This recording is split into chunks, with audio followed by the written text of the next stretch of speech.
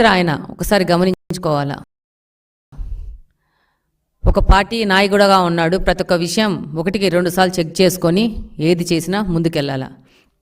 1994లో జనార్దన్ రెడ్డి గారి హయాంలో కాంగ్రెస్లో మొత్తం 294 సీట్లకు గాను 26 సీట్లు ఇస్తే ఆయనకు ప్రతిపక్ష హోదా ఇవ్వలేదు.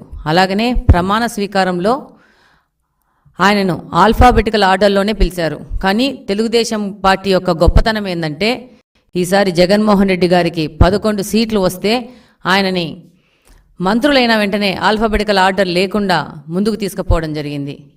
అలాగనే 14 నుంచి 19 వరకు పార్లమెంట్లో కాంగ్రెస్కి 44 సీట్లు, ఒకసారి 52 సీట్లు వస్తే మొత్తం 1/10 ప్రకారం 54 రావాల్సి ఉంటే కూడా ప్రతిపక్ష హోదా ఇవ్వలేదు. ఇది భారత రాజ్యాంగం ప్రకారం ఉన్న రూల్. ఈరోజు జగన్మోహన్ రెడ్డి గారి కోసం రాజ్యాంగాన్ని మార్చి రాస్తారనుకుంటున్నారు. ఆయన ఇన్ని రోజులు 5 సంవత్సరాలు రాజారెడ్డి రాజ్యాంగం ప్రకారము ఆయన కొత్త రాజ్యాంగము కొత్త చట్టాల ప్రకారము ఆంధ్రప్రదేశ్ని నాశనం చేశారు.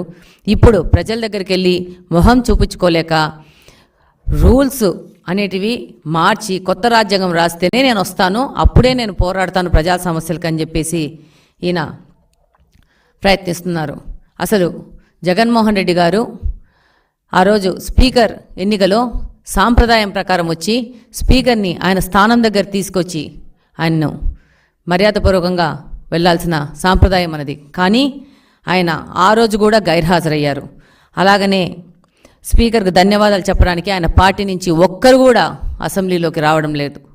ఇది ప్రజలందరూ గమనిస్తున్నారు. అంటే వీళ్ళకి అధికారము రాజకీయాలు అనేది సంపాదించుకోవడానికి దోచుకోవడానికి దాచుకోవడానికి తప్పితే ప్రజా సేవ కోసం వచ్చిన పార్టీ కాదు ఇదని ప్రజలు కూడా గమనిస్తున్నారు.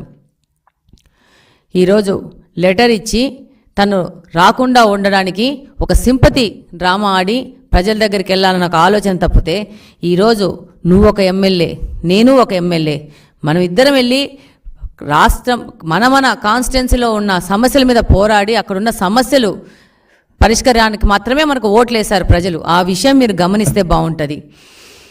ఈరోజు మీరు అన్నీ మర్చిపోయినారు. ఆ రోజు 2019లో 23 సీట్లు వచ్చిన తెలుగుదేశం పార్టీలోంచి 6 మంది శాసనసభ్యులను పీకేస్తే ప్రతిపక్ష హోదా కోల్పోతుంది తెలుగుదేశం పార్టీ అనేసి ఆ రోజు అందరి మధ్యన రికార్డులో ఉంది మీరు మాట్లాడిన మాటలు. అలాగనే మీ యొక్క క్యాబినెట్లో పనిచేసిన పేర్ని నాని అనే వ్యక్తి ద్వారా 6 మందిని తెలుగుదేశంలో గెలిచిన ఎమ్మెల్యేలని గుంజాలని మీరు ప్రయత్నం చేసిన మాట వాస్తవం కాదా?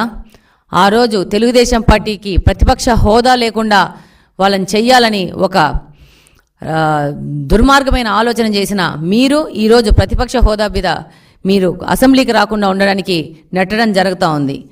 ఆ రోజు తెలుగుదేశం పార్టీ 4 సభ్యులు వెళ్ళినా కూడా 19 సభ్యులతో ప్రతి ఒక్క అసెంబ్లీ సెషన్కి వెళ్ళడం జరిగింది. ప్రజా సమస్యల మీద పోరాడడం జరిగింది. ఒకవేళ మీరు ఏ విధమైన అవమానాలు చేసినా దాన్ని భరిస్తూ ప్రజల పక్షాన్ని నిలబడడం జరిగింది తెలుగుదేశం పార్టీ.